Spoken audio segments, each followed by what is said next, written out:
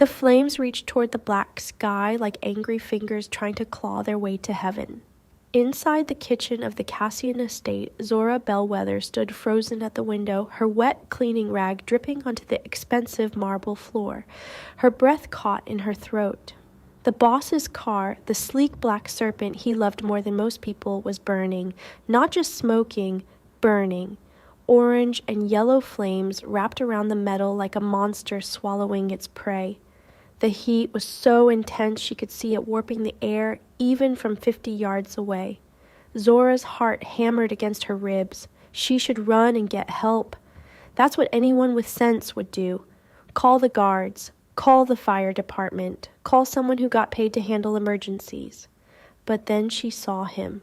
Through the curtain of smoke and flame, slumped against the steering wheel like a broken doll, was Mr. Cassian himself, Vittorio Cassian. The man whose name made grown men shake. The man who never smiled, never showed weakness, never looked at her like she was anything more than another piece of furniture in his mansion. He wasn't moving. Zora's body made the decision before her brain could catch up. Her legs were already running before she could think about what a terrible idea this was. She burst through the kitchen door into the freezing night air. The cold hit her face like a slap, but ahead of her, the heat from the burning car pushed back like an invisible wall. Before we go deeper, tell me something. Where in the world are you watching this from? Drop your country in the comments so I know who's in the room with us tonight. Her worn shoes slapped against the cobblestone driveway. Each step closer made the heat stronger. The smell hit her next. Burning leather, melting rubber, and something chemical that made her eyes water and her throat burn. This was stupid. This was so stupid. She was a maid, a cleaning lady. She made $9 an hour, scrubbing toilets and mopping floors. She wasn't a hero. She wasn't brave. She was just trying to survive in a world that had never been kind to people like her. But her feet kept moving. The car door was already twisted from the impact. The whole front end looked like it had kissed a brick wall at high speed. Through the spider-webbed window, she could see Mr. Cassian's face. Blood ran down his temple. His expensive suit was torn. His eyes were closed. For a second, Zora thought he might already be dead, and her heart dropped into her stomach like a stone down a well. She grabbed the door handle and screamed. The metal was hot enough to burn. The pain shot through her palm like electricity, but she didn't let go. She couldn't let go. She pulled with everything she had, muscles screaming in protest. The door groaned. The metal was bent wrong, fighting her every inch. Sweat poured down her face even though her back was freezing from the winter night. The flames were getting bigger, climbing higher, eating more of the car with every second that passed. "Come on, come on, come on," Zora whispered through clenched teeth. Her hands were shaking. Her whole body was shaking. Finally, with a horrible screeching sound that hurt her ears, the door popped open. Heat blasted her face like someone had opened an oven. The smell of burning fuel was so strong it made her dizzy. She could see flames under the hood now, bright and hungry and spreading fast. She didn't have much time. Zora reached inside, her hands finding Mr. Cassian's shoulder. His suit jacket was expensive fabric, probably worth more than everything she owned combined. She grabbed it and pulled. He was heavy. So heavy, like trying to move a mountain. His body was dead weight, slumped and unconscious. She pulled harder, her fingers digging into the fabric, her feet scrambling for purchase on the gravel. "Please," she whispered. She didn't know who she was talking to. God, maybe. The universe. Anyone who might be listening. "Please help me." She got his shoulders out of the car. His head lolled to the side, more blood trickling from the cut on his forehead. The flames were inches from the back seat now. She could hear them crackling and popping, eating the leather seats like candy. Her back was going to break. Her arms were going to tear right off her body. But she kept pulling, inch by inch, foot by foot. She got him halfway out of the car, his legs still tangled with the steering column. The heat was unbearable now. Her skin felt like it was cooking. Her lungs burned with every breath. The chemical smell was making her head swim. She wanted to throw up. She wanted to pass out. But she kept pulling. Finally, with one last desperate heave that made something in her shoulder pop and send lightning bolts of pain down her arm, Mr. Cassian's body came free. Zora stumbled backward, falling hard on the gravel with the boss's weight on top of her. Rocks dug into her back. The wind was knocked out of her lungs. For a second she couldn't breathe, couldn't move, could only stare up at the stars spinning overhead. Then her body remembered how to work. She rolled Mr. Cassian off a chair, grabbed him under the armpits, and dragged him away from the car. Her feet slipped on the gravel. Her whole body screamed in protest. Every muscle was on fire. Her hands were burned and bleeding. Her shoulder felt wrong, damaged, but she dragged him 10 feet, 20 feet, 30 feet, far enough that maybe, just maybe, they'd be safe when the car exploded, because it was going to explode. She could feel it in the air, that terrible pressure building like a balloon about to pop. She dragged him another 10 feet, her legs wobbling like a newborn deer. Her vision was blurry with sweat and tears and smoke. Then, with a sound like the world ending, the serpent exploded. The blast of heat hit her back like a giant hand shoving her forward. Zora fell on top of Mr. Cassian, covering his body with hers as debris rained down around them, pieces of burning metal, shattered glass, the smell of melted plastic and scorched earth. Her ears were ringing so loud she couldn't hear anything else. When she finally dared to look up, the car was gone. Just a twisted, burning skeleton remained, flames shooting 20 feet into the air.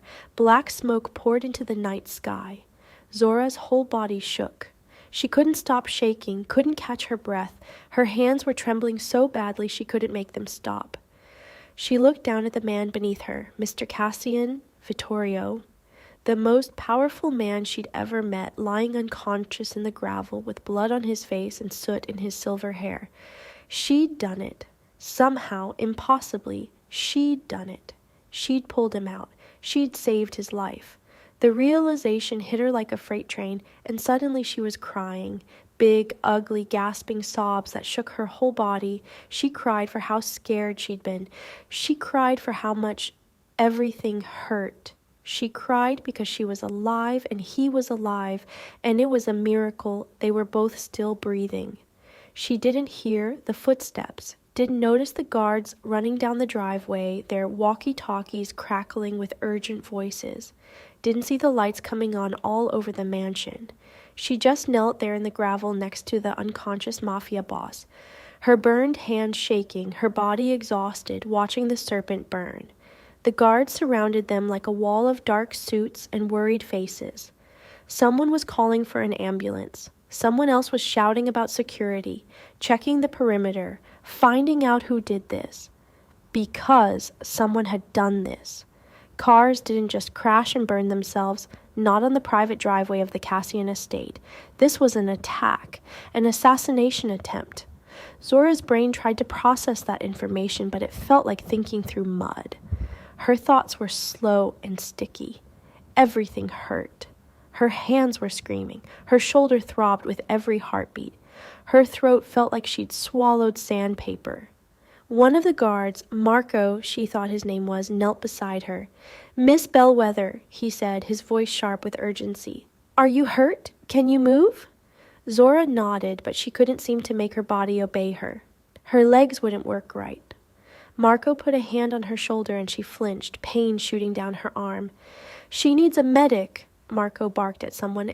"And get a blanket. She's in shock." Was she in shock? Maybe.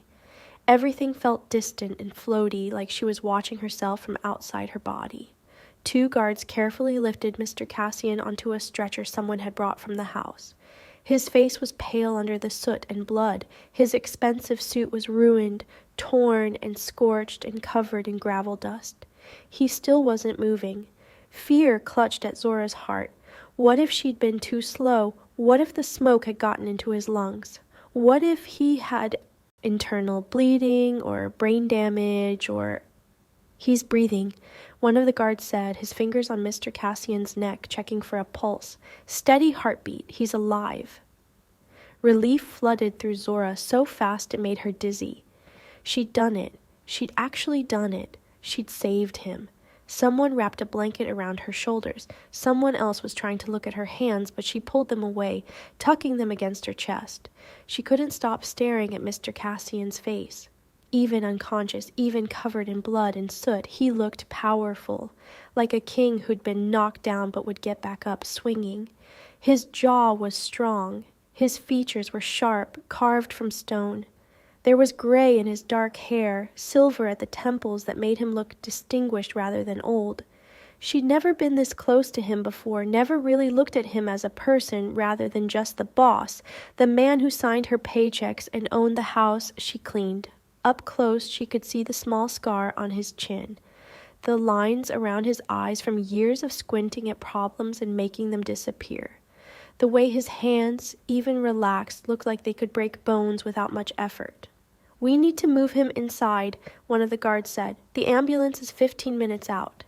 They lifted the stretcher, 4 men working in sync to carry their boss toward the mansion. Zora tried to stand, but her legs buckled. Marco caught her before she hit the ground. "Easy," he said, his voice surprisingly gentle for a man who looked like he could bench press a car. "You're a hero, Miss Bellwether. You just saved the boss's life." Hero. The word felt wrong in her mouth. She wasn't a hero. She was just Zora, just the maid, just the invisible woman who cleaned up other people's messes and went home to her tiny apartment every night. Heroes were people in movies, people with superpowers and fancy costumes, not women with burned hands and cheap shoes who were just trying to survive another day. Marco helped her walk toward the house, but Zora's eyes stayed on the burning wreckage of the Serpent. The flames were smaller now, dying down as they ran out of fuel to feed on. The skeleton of the car glowed orange in the darkness. It looked like the bones of some ancient beast, picked clean and left to rot. Someone had tried to kill Mr. Cassian tonight. Someone had planted a bomb or cut the brake lines or done something to make that car crash and burn. And if Zora hadn't been looking out the window at exactly the right moment, if she hadn't run outside without thinking, if she'd been even 30 seconds slower, he would be dead. The most powerful man in the city would be dead, and she would have watched it happen from the safety of the kitchen. Inside the mansion, the grand foyer was chaos. People were running everywhere. Someone was on the phone, voice sharp and urgent. Someone else was pulling security footage. Dr. Russo, the family's personal doctor, came rushing down the marble staircase with his medical bag. They laid Mr. Cassian on the expensive leather sofa in the drawing room. Dr. Russo's hands moved quickly, efficiently, checking vitals and injuries with the calm precision of someone who'd done this 1,000 times before. "Concussion," he muttered. "Possible broken ribs, smoke inhalation, but he's stable. He's going to make it." Zora felt her knees go weak with relief. She slumped against the door frame, the blanket still wrapped around her shoulders. Her hands were throbbing now, the initial shock wearing off and the real pain settling in. Dr. Russo noticed her standing there. His eyes widened. "You," he said, pointing at her. "Sit down. Now."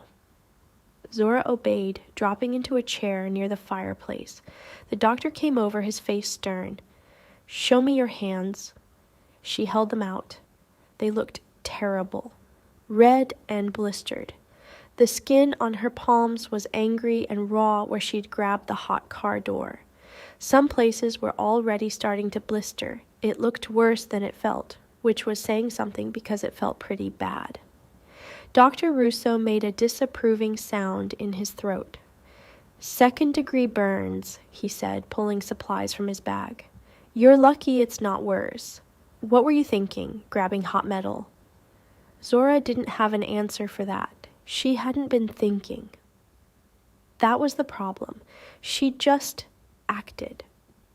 Dr. Russo worked in silence, cleaning the burns, applying ointment that stung like fire, wrapping her hands in clean white bandages. The whole time, Zora's eyes kept drifting back to Mr. Cassian on the sofa. His chest rose and fell steadily. That was good. That meant he was breathing. Dr. Russo gave her pills for the pain and told her she needed to keep the bandages clean and dry. He said something about coming back tomorrow to check on her, but Zora wasn't really listening. All her attention was on the man across the room, the man she'd pulled from the fire, the man she'd saved. 30 minutes passed, then an hour. The guards came and went, reporting in low voices about their investigation. The ambulance arrived, but Dr. Russo waved them away. He'd stabilized Mr. Cassian. Moving him now would do more harm than good. Let him wake up here, in his own home, surrounded by his own people. Zora sat in her chair by the fireplace, wrapped in her blanket, her bandaged hands resting in her lap. She knew she should leave, go home, get some rest. But her body wouldn't move. It was like she was glued to the chair, unable to tear her eyes away from Mr. Cassian's face, and then his eyes opened. It happened slowly. First, just a flutter of eyelashes. Then his brow furrowed like he was trying to remember where he was. His hand moved just slightly, fingers flexing against the leather sofa. Then his eyes opened fully, and for a moment they were unfocused, confused, looking at the ceiling like he didn't recognize his own house. Dr. Russo was at his side immediately. "Vittorio," he said firmly, "don't move too quickly. You've been in an accident. You're safe. You're home." Mr. Cassian's eyes sharpened. Even groggy and injured, there was intelligence there, awareness. His gaze moved around the room, taking in the guards, the doctor, the evidence of chaos. He was assessing, calculating, figuring out what had happened. Then his eyes found Zora. She froze like a rabbit spotted by a wolf. His gaze locked onto hers, and everything else in the room seemed to fade away. It was just the two of them.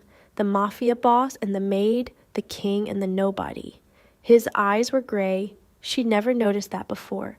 Gray like storm clouds, gray like steel, gray like something ancient and powerful that had seen too much and survived anyway. He stared at her. She stared back. Neither of them blinked. The silence stretched out, heavy and thick, filling the room like water filling a drowning man's lungs. Zora's heart was pounding so hard she thought everyone could hear it. What was he thinking? Was he angry that she touched him? Was he grateful? Was he confused about who she was and what she was doing sitting in his drawing room like she belonged there? His eyes moved over her face, taking in every detail. The soot smudged across her cheek. The wild mess of her hair that had come loose from its bun. The blanket wrapped around her shoulders, her bandaged hands. His gaze stopped on her hands. Something flickered across his face, an emotion she couldn't read. The silence kept stretching. Nobody moved. Nobody spoke. Even the guards seemed to be holding their breath, waiting to see what the boss would do. Zora wanted to look away. Every instinct screamed at her to lower her eyes, to make herself small and invisible like she always did. But she couldn't. His gaze held hers like a magnetic force. She was trapped in those storm-gray eyes, drowning in the silence. Mr. Cassian's jaw tightened. His throat worked as he swallowed. When he finally spoke, his voice was rough, damaged by smoke, but still carrying that edge of command that made people jump to obey. And what he said changed everything. "Courage is cheap when you have nothing to lose, Zora." Her name in his mouth sounded different than she'd ever heard it. Not dismissive, not casual, something else, something that made her spine straighten. "Your kind of loyalty, however," he continued, his gray eyes never leaving hers, "that is priceless." The room was so quiet Zora could hear her own heartbeat thundering in her ears. Mr. Cassian Derwin shifted on the sofa, wincing slightly. Dr. Russo moved to help him, but the boss waved him away with one hand. He sat up slowly, painfully, his movements careful but deliberate. He looked like a king, even covered in blood and soot, maybe especially covered in blood and soot. "You saved a king," Mr. Cassian said, and now there was something in his voice that sent shivers down Zora's spine. Not warmth exactly. Vittorio Cassian didn't do warmth, but respect, recognition, and kings reward those who save them. Zora's mouth was dry. She tried to swallow but couldn't. Tried to speak, but no words came out. The boss's eyes held hers like a promise, like a threat, like a gift she didn't know if she wanted to accept. "You are no longer on the roster," he said. The words hung in the air like smoke. No longer on the roster. What did that mean? Was she fired? After saving his life, was he firing her? Panic started to rise in her chest. You are now the steward of my affairs, Mr. Cassian continued, and the panic transformed into confusion. Steward? What did that even mean? Start with finding me a new car, he said, and now there was the faintest hint of something that might have been amusement in his eyes. And don't clean it yourself. The guards around them shifted, exchanging glances. Dr. Russo's eyebrows shot up. Someone in the back of the room actually gasped. Zora's brain tried to process what she was hearing. Steward of his affairs. That was a position of power, of trust. People who were stewards managed things, made decisions, had authority. That wasn't her. She was just the maid, just Zora, just the woman who scrubbed floors and stayed invisible. I don't understand, she whispered, her voice coming out rough and small. Mr. Cassian leaned forward slightly, his eyes intense. You risked your life for mine, he said, without hesitation, without thought for the consequences. Do you know how rare that is, Zora? In my world, loyalty is bought and sold like any other commodity. People smile to my face and plot my death behind my back. But you... He paused and something flickered across his face. You saw me burning and you ran toward the fire, not away from it, toward it. Zora's eyes burned with tears she refused to let fall. Anyone would have done the same, she said. No, Mr. Cassian said flatly. They wouldn't have. My own guards stood frozen on their posts, checking protocols and calling for backup. My staff locked themselves in their rooms. But you, the woman I barely acknowledged in 7 years, you were the one who saved me. The weight of his words settled over her like a blanket, heavy, warm, terrifying. I don't know how to do that job, Zora said. I don't know anything about cars or managing things or... You'll learn, Mr. Cassian interrupted. Intelligence and loyalty can't be taught. Everything else can. He shifted again, and this time he couldn't quite hide the wince of pain. Dr. Russo made a disapproving sound, but the boss ignored him. Marco, Mr. Cassian said, not looking away from Zora. Yes, boss. The guard stepped forward immediately. Take Miss Bellwether to the guest wing, the blue suite. Make sure she has everything she needs. Zora's head was spinning. The guest wing? The blue suite? That was where important people stayed. Business associates, family friends, people who mattered. I should go home, Zora said weakly. Your home is here now, Mr. Cassian said, and it wasn't a suggestion. It was a fact. A decision that had been made and would not be argued with. At least until we find whoever tried to kill me tonight. You're not safe out there. Neither am I, apparently. But together under this roof, we'll both be safer. His logic made sense, but Zora's head was still reeling. Everything was happening too fast. 1 minute she'd been wiping down counters, ready to go home. The next she'd pulled a man from a burning car. And now her entire life had been rearranged in a single conversation. I don't have any clothes, she said, and immediately felt stupid for saying it. Of all the things to worry about. Mr. Cassian's mouth twitched. It might have been a smile, though it was hard to tell. The man's face didn't seem built for smiling. We'll get you clothes, he said. We'll get you everything. You saved my life, Zora. That debt doesn't disappear just because I gave you a promotion. A promotion. That's what this was. The biggest promotion in the history of promotions. From invisible maid to steward of the Cassian affairs. From $9 an hour to what? She was afraid to even imagine. Marco appeared at her side, gentle but firm. Miss Bellwether, he said, let's get you settled. Zora stood on shaking legs. The blanket slipped from her shoulders, but she didn't try to catch it. She looked at Mr. Cassian one more time. He was watching her with those storm-gray eyes, and for the first time in 7 years of working in his house, she felt seen, really seen. Not as furniture or a servant or an invisible pair of hands that made messes disappear. but as a person, as someone who mattered. Thank you, she whispered. Mr. Cassian nodded once, sharp and final. Thank you, Zora, for my life. And that was it. Marco guided her out of the drawing room through the marble halls she'd walked 1,000 times while carrying mops and buckets, past the paintings and sculptures she'd dusted without really looking at them. But now everything looked different. The mansion wasn't just a place she cleaned anymore. It was home. Her home. At least that's what the boss had said. The blue suite was on the 2nd floor, east wing. Zora had cleaned it before but never really looked at it. Now, walking inside, she felt like she'd stepped into a dream. The room was huge, bigger than her entire apartment. A 4-poster bed dominated the space, covered in blue silk that probably cost more than her car. Heavy curtains framed windows that looked out over the estate grounds. A fireplace crackled with fresh logs that someone must have just lit. There was a sitting area with plush chairs, a desk made of dark wood. Bathroom visible through an open door that had a tub big enough to swim in. The boss wants you comfortable, Marco said. Whatever you need, just press this button. He showed her a small panel by the bed with various buttons. This one calls the kitchen, this one calls housekeeping, this one is for security, which you'll want to use if you hear anything unusual or feel unsafe. Unsafe. Right.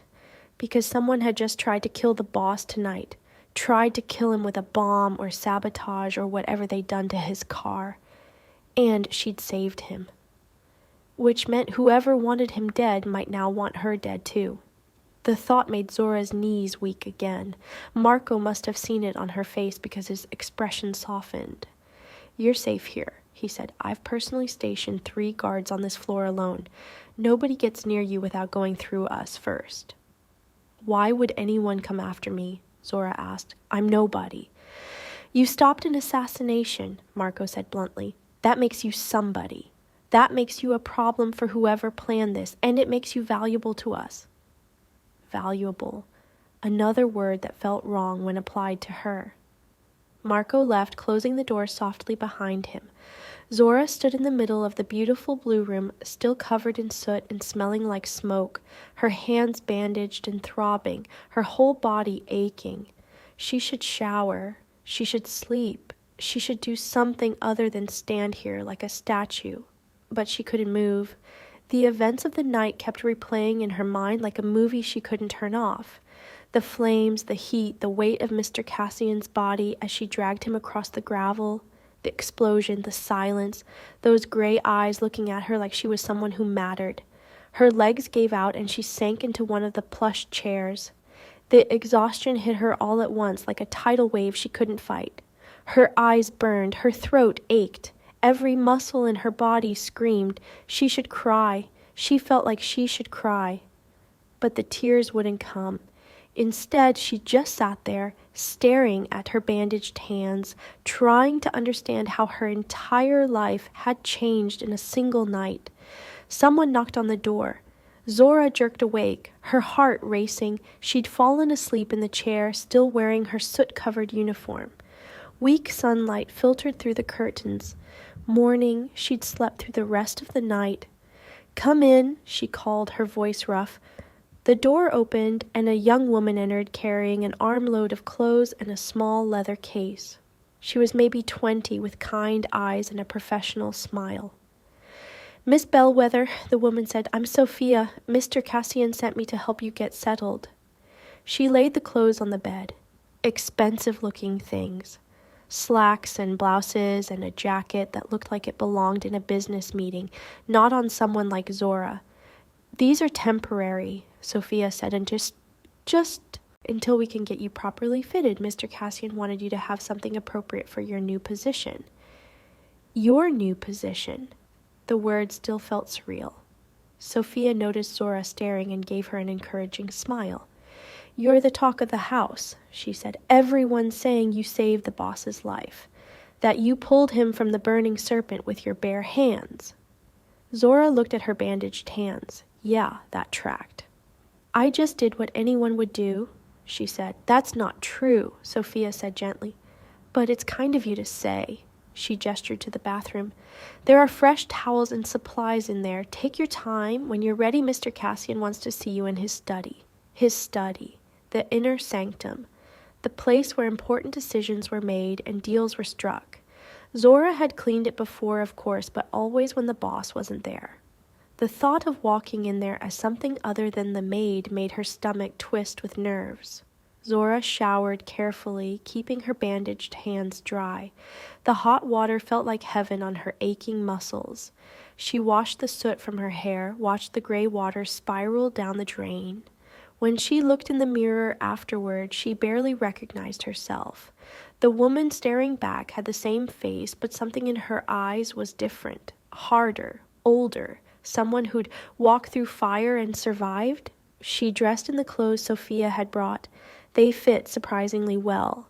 The slacks were comfortable, the blouse was soft, the jacket made her look professional, competent, like someone who belonged in a mansion instead of cleaning it.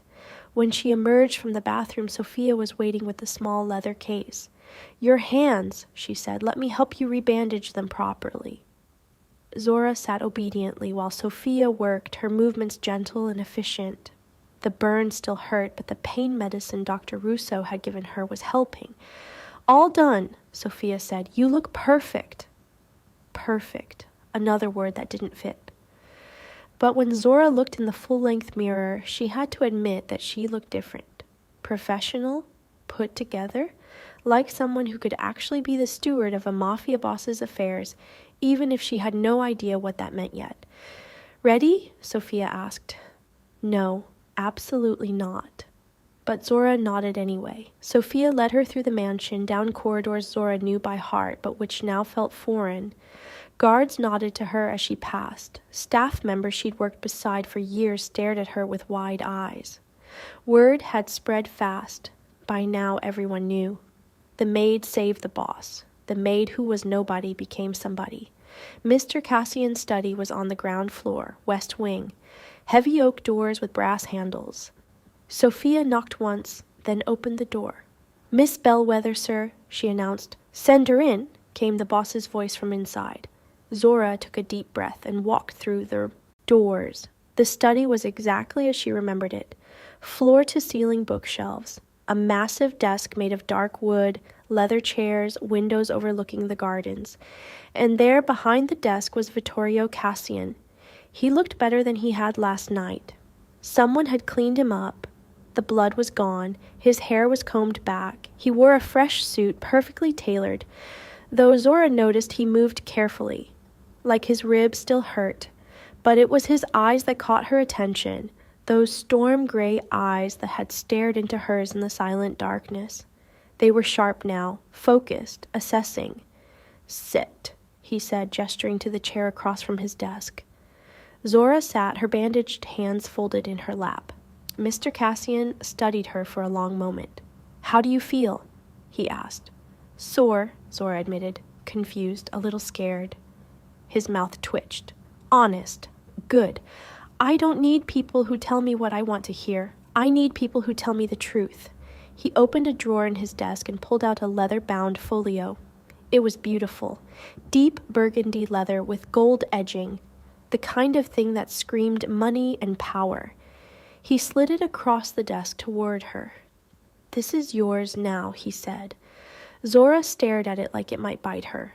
"What is it?" "Everything," Mr. Cassian said. "Contacts, accounts, information you'll need to manage my affairs. The garage where I buy my cars, the contractors I use for the estate, the people I trust and the people I don't. It's all in there." Zora's hands shook as she reached for the folio. It was heavy, substantial. Inside were pages and pages of information, names, numbers, addresses, notes written in neat handwriting. This was power.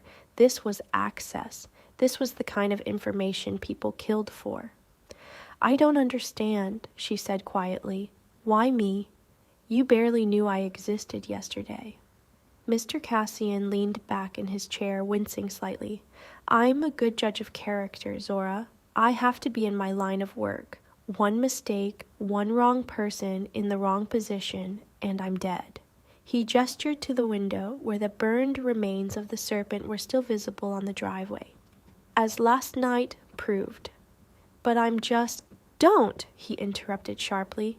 Don't say you're just anything. You proved what you are last night. You're someone who runs toward danger instead of away from it. You're someone who values life over your own safety. You're someone with integrity. Integrity. The word hung in the air between them. In 7 years working in this house, Mr. Cassian continued, you never stole from me, not once. I know because I tested you. Little things left out where you could take them, cash, jewelry, small valuables. You never took any of it. Zora's eyes widened. You tested me? I test everyone, he said flatly. And most people fail, but not you. 7 years of opportunities to steal, to betray, to sell information about my household to my enemies. You never did any of it. You just came to work, did your job, and went home. Do you know how rare that is, Zora? Real loyalty? She didn't know what to say to that. Mr. Cassian stood moving around the desk. Up close, she could see the bruising on his jaw, the bandage on his temple, where he had been bleeding, the careful way he held himself. Someone in my organization tried to kill me last night, he said. Someone close. Someone who knew my schedule, my routes, my security protocols. Someone I trusted. The words were cold, dangerous. So now I need to know who I can really trust. And the woman who pulled me from a burning car without thinking twice? She's at the top of that very short list. He held out his hand to her, not for a handshake. In his palm was a key. Silver and small and simple. Zora stared at it. This is the key to my personal garage, Mr. Cassian said. Your first job as my steward is to find me a new car, something that suits me, something I'll love as much as I love the serpent. I trust your judgment. Zora's hand trembled as she took the key. It was warm from his hand, small but heavy with meaning. I've never bought a car before, she whispered. Then you'll learn, he said. That's what I'm paying you for, to learn, to grow, to become the person I saw in you last night when you saved my life. He returned to his chair, settling carefully. Marco will go with you, for security. Take the folio, study it. The garage owner's name is Antonio. Tell him what happened to the serpent. Tell him I sent you. He'll understand what I need. Zora clutched the key and the folio like they were made of glass. Her heart was racing. This was real. This was actually happening. Mr. Cassian, she started, but he held up one hand. Vittorio, he said, if you're going to manage my affairs, you'll call me Vittorio, at least in private. Vittorio, his name felt strange on her tongue, too familiar, too personal, but she nodded. Vittorio, she repeated, testing it out. I won't let you down. Something flickered in his eyes. Not quite a smile, but close. I know you won't, he said. That's why you're here. Now go. I have calls to make and people to investigate. We'll speak again tonight. I want to know what you find. Zora stood, her legs more steady than they'd been last night. She tucked the folio under her arm, the key pressed tight in her bandaged palm. At the door, she paused and looked back. Vittorio was already on his phone, his voice low and dangerous as he spoke in rapid Italian, the king back on his throne, making people answer for what they'd done. She slipped out quietly, closing the heavy oak doors behind her. Marco was waiting in the hallway, exactly as she'd expected. Ready, Miss Bellwether? He asked. Please, Zora said. Just call me Zora. Marco's expression softened slightly. Zora, then. The car's out front. As they walked through the mansion, Zora kept replaying Vittorio's words in her head. He'd tested her for 7 years. He'd noticed her even when she thought she was invisible. He'd seen her character before she'd ever pulled him from that burning car. The front entrance of the mansion opened onto a circular driveway where a sleek black SUV waited. Not as flashy as the serpent had been, but impressive. Bulletproof glass, Marco explained. Reinforced frame. After last night, they weren't taking chances. Zora climbed into the back seat, the leather cool beneath her. The folio sat in her lap, heavy with responsibility. As they pulled away from the mansion, she turned to look out the rear window. The burned skeleton of the serpent was still there on the side of the driveway, a twisted monument to how quickly everything could change. Last night, she'd been nobody. Just Zora, just the maid. Today she held the keys to a mafia boss's kingdom in her bandaged hands. The morning sun caught the key, making it gleam. It was just a small piece of metal. Nothing special to look at, but it represented everything. Trust, respect, a second chance at life. Not just for Vittorio, who she'd pulled from the flames, but for herself. "You okay back there?" Marco asked from the front seat, glancing at her in the rearview mirror. Zora looked down at the folio, at the key, at her bandaged hands that had grabbed burning metal without hesitation. "Yeah," she said softly. "I think I am." The SUV turned onto the main road, leaving the estate behind. Ahead of them the city waited. Antonio's garage. A new car to find, a new life to build. Zora opened the folio and began to read. The first page had Antonio's information. Address, phone number, years of service to the Cassian family. Below that, in different handwriting, Vittorio's handwriting, was a note that hadn't been there before. Someone must have added it this morning while she was getting ready. It said, "Trust your instincts. They saved my life. They'll serve you well in everything else." V? Zora's eyes burned with tears she refused to let fall. Not here, not in front of Marco. She blinked them away and kept reading. The pages were full of information. Some of it made sense. Contact numbers for legitimate businesses, the estate contractors, the landscaping company, the food suppliers. Other pages were more mysterious, code names, offshore account numbers, references to people with titles like the accountant and the fixer.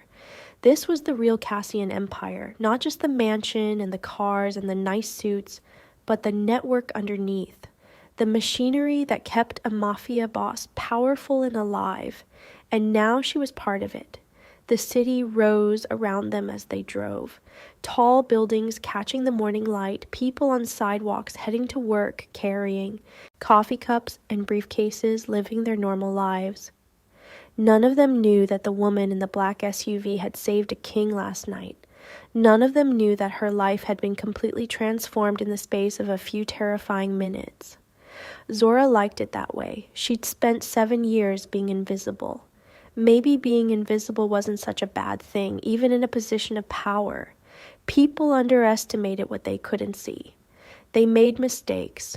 They revealed things they shouldn't. She'd learned that from years of cleaning rooms while people talked like she wasn't there. Antonio's garage was in a part of the city Zora had never been to before. Industrial, expensive, the kind of place where the cars in the lot cost more than houses. Marco pulled up to a gate with a security panel. He pressed a button and spoke in Italian. The gate hummed open. Inside the garage was immaculate, gleaming floors. Cars that looked like works of art lined up in perfect rows, Ferraris, Lamborghinis, Maseratis, vehicles Zora had only seen in magazines. A man emerged from an office in the back. He was older, maybe 60, with silver hair and oil-stained hands.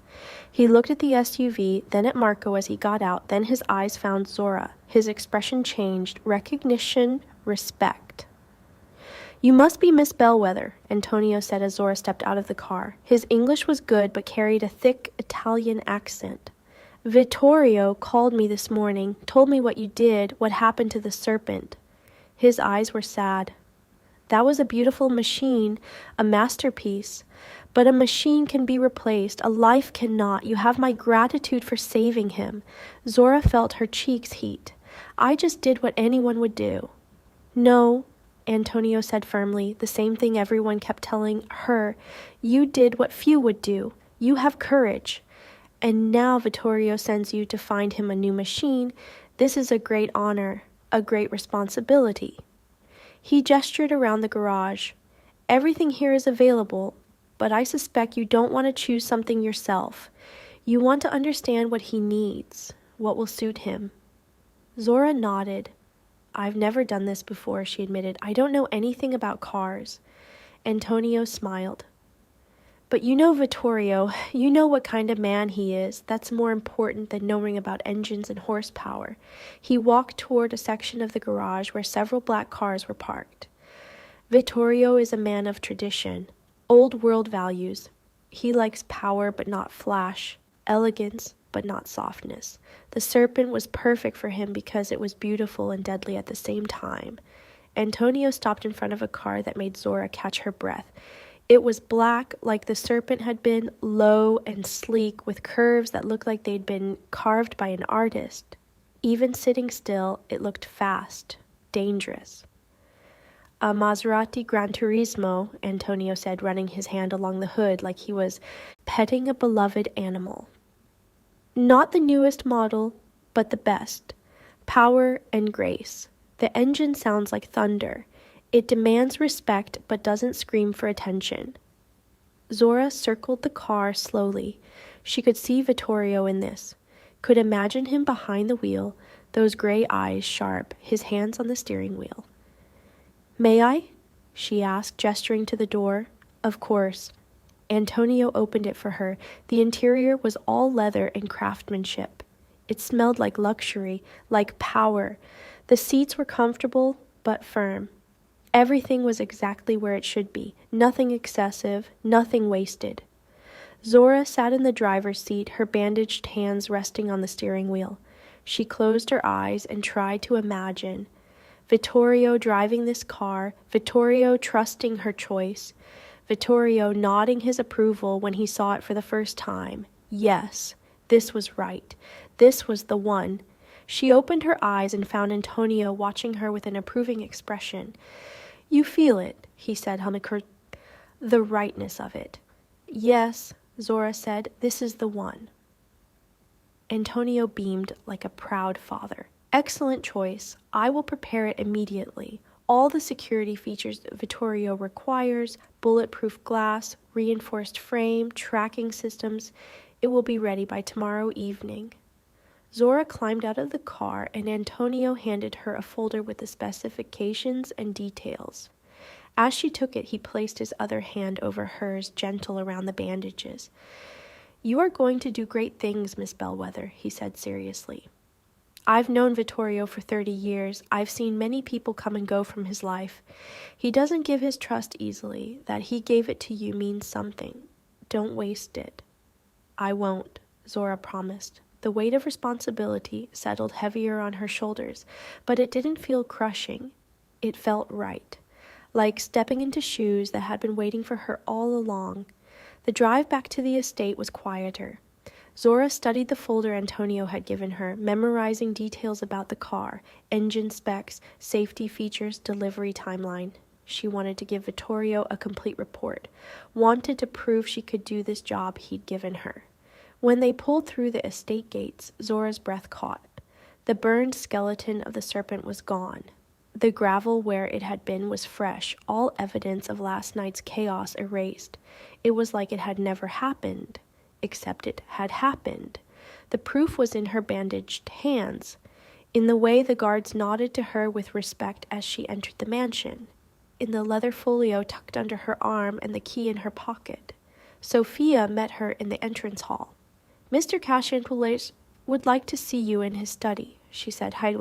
He's finished with his calls. Zora's stomach fluttered with nerves, but she nodded. Back to the oak doors, back to the study where her new life had begun just hours ago. She knocked once. Enter, came Vittorio's voice.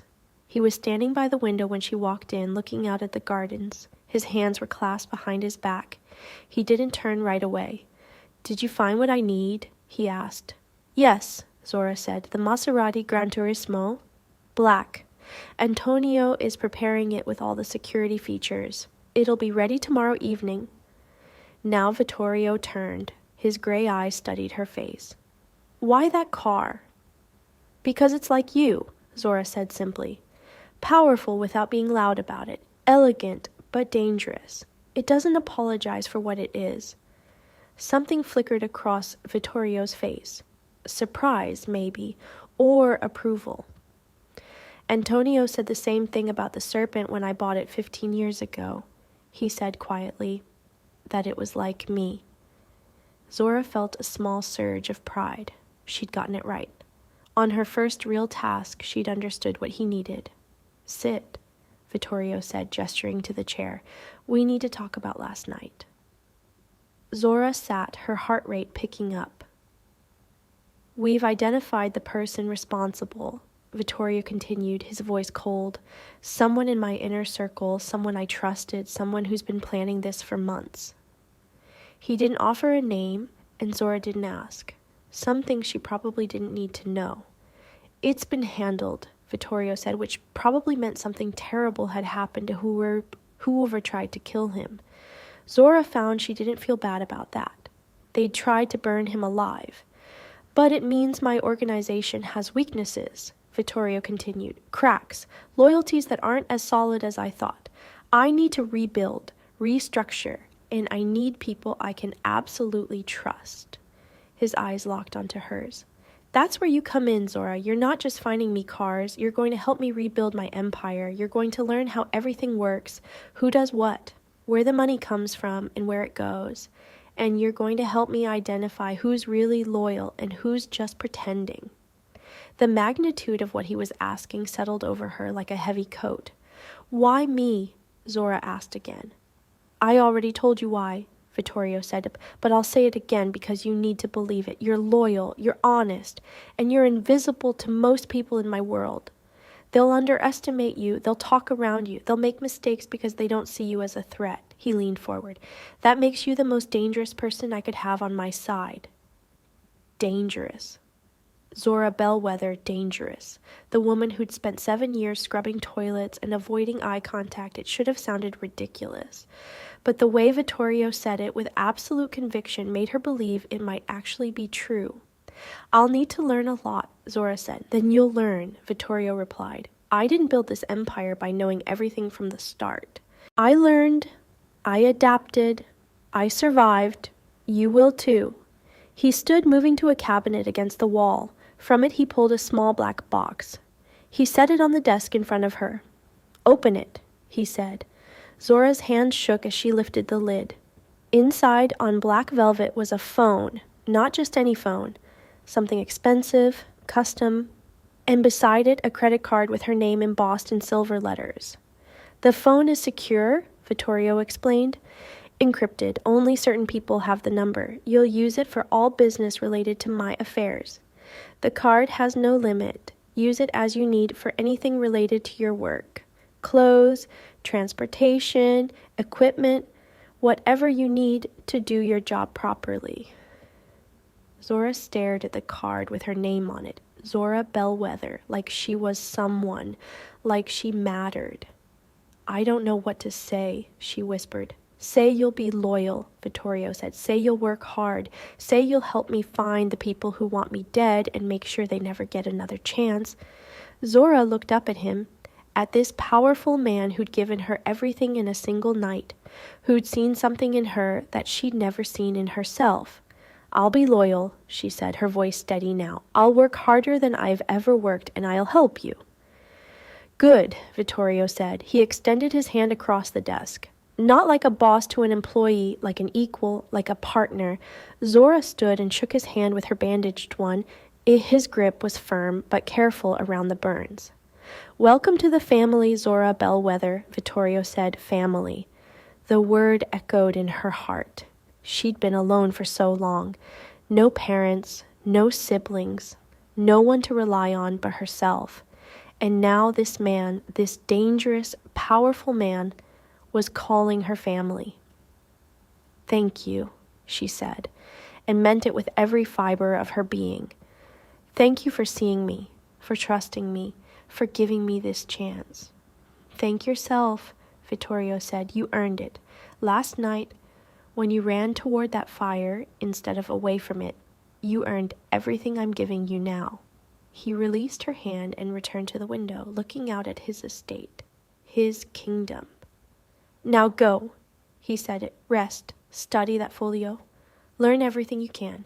Tomorrow your real education begins. Zora clutched the black box with the phone and credit card. She picked up the folio and Antonio's folder. Her arms were full of her new life. At the door, she paused one last time. Vittorio, she said. He turned, one eyebrow raised. I won't let you down, she promised. I know, he said simply, and somehow that was enough. 3 weeks later, Zora stood at the window of her office. Yes, she had an office now, right down the hall from Vittorio's study, watching the new Maserati pull into the circular driveway. The car gleamed in the afternoon sun, black and beautiful and powerful, just like she'd promised. Vittorio emerged from the driver's seat, and even from here she could see the small smile on his face. He loved it. She'd gotten it right. Her phone buzzed, the secure one. A text from Vittorio. Perfect choice, just like I knew it would be. Zora smiled and slipped the phone back into her pocket. Her hands had healed. Though she'd always have small scars on her palms from where she'd grabbed the burning door handle, she didn't mind the scars. They were proof. Proof that she'd been brave. Proof that she'd saved a life. Proof that she'd earned everything she had now. The office around her was simple but elegant. A desk, a computer, bookshelves she was slowly filling with information she needed to learn. Files on Vittorio's various business interests, contacts, accounts, the secret architecture of his empire. She was learning fast, faster than even she'd expected. Turned out 7 years of being invisible had taught her how to observe, how to notice details other people missed, how to read people and situations. Those skills were invaluable in her new role. Already she had identified 2 people in Vittorio's organization whose loyalty was questionable. Already she'd restructured 3 of his business arrangements to be more efficient and more profitable. Already she'd proven her worth a dozen times over. The other staff treated her differently now, with respect, sometimes with fear. She was the woman who'd saved the boss. The woman who'd been elevated from nothing to something. The woman who now had the boss's ear and his trust. Sophia knocked on her open door. Miss Bellwether, your 2 o'clock appointment is here. Zora turned from the window. Send them in.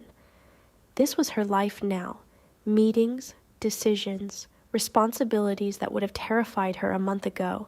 But every day she felt stronger, more confident, more like the woman Vittorio had seen in her that night. The woman who'd run toward the fire instead of away from it. As she sat at her desk preparing for her meeting, Zora's eyes drifted to the small frame on the corner of her desk. It was a photograph someone had taken the morning after the fire. She hadn't even known they were taking it. In the photo, she stood in front of the burned skeleton of the serpent, still wearing her soot-covered uniform, her hands bandaged, looking at the wreckage. But her face showed something she'd never seen in herself before: strength, determination, courage. Vittorio had given her the photograph a week ago, framed in expensive silver. On the back he'd written, "This is who you really are. Never forget." Zora touched the frame gently, then turned her attention to the person walking into her office. Time to get to work. Because she was Zora Bellwether, steward of the Cassian affairs. She was the woman who'd saved a king. She was family. And she had an empire to help run. Outside, the new Maserati gleamed in the driveway, a replacement for what had been lost. But Zora knew the truth. Some things couldn't be replaced. Some debts couldn't be repaid. All you could do was move forward. Learn, grow, become the person you were always meant to be. She'd been invisible for 7 years. Now, finally, she was seen, and she was never going back into the shadows again.